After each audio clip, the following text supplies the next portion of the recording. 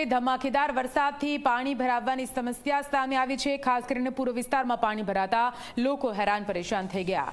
Naroda પાટિયાથી કૃષ્ણનગરના road પર પાણી ભરાયા। બ્રિજના અધૂરા કામના કારણે સ્થિતિ વધુ ખરાબ થઈ છે।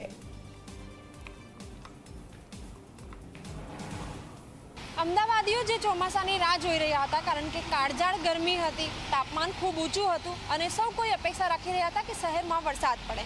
પહેલો વરસાદ પડ્યો અને શહેરમાં જળબંબાકાર સ્થિતિ થઈ ગઈ।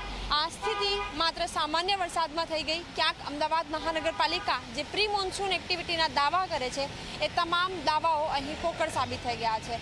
નરોડા કૃષ્ણનગર તરફ જતો આ રોડ અને ત્યાં જ આ પ્રકારની સ્થિતિ જોવા મળી રહી છે કે જ્યાં જે વાહન ચાલકો છે એ લોકોને ક્યાંક મુશ્કેલી પડી રહી છે અને વિશેષ જે લોકો કે જેઓ અહીંથી પસાર પણ થઈ રહ્યા છે એમની સાથે વાતચીત કરીશું। એમને પૂછીશું। ઘણા એવા લોકો પણ છે કે જેમના વાહનો ખોટવાઈ ગયા છે, તો જે રાહદારીઓ છે એમની સાથે વાતચીત કરીશું। એમને પૂછીશું કે કયા પ્રકારની સ્થિતિમાંથી તેમને પસાર થવું પડી રહ્યું છે।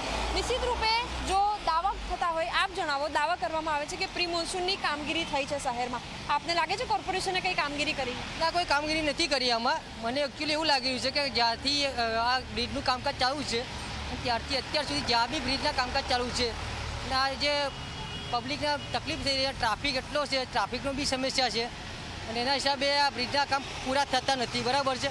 અને ગટરાનો બી હજી બંધ થઈ ગઈ છે, કારણ કે આના હિસાબે લાઇટો બી બંધ થઈ ગઈ છે। આ પબ્લિક જાય તો ક્યાં જાય? બિલકુલ, વહેલી સવારનો સમય છે, લોકો પોતાના ઓફિસે જતા હોય, કામ માટે જતા હોય, ત્યારે આ પ્રકારની સ્થિતિ જોવા મળી રહી છે।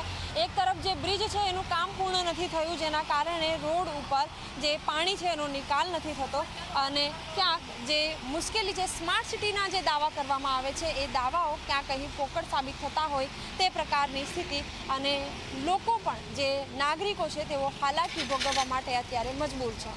કેમેરામેન મુકેશ ચૌહાણ સાથે સપના શર્મા, ઝી 24 કલાક, અમદાવાદ।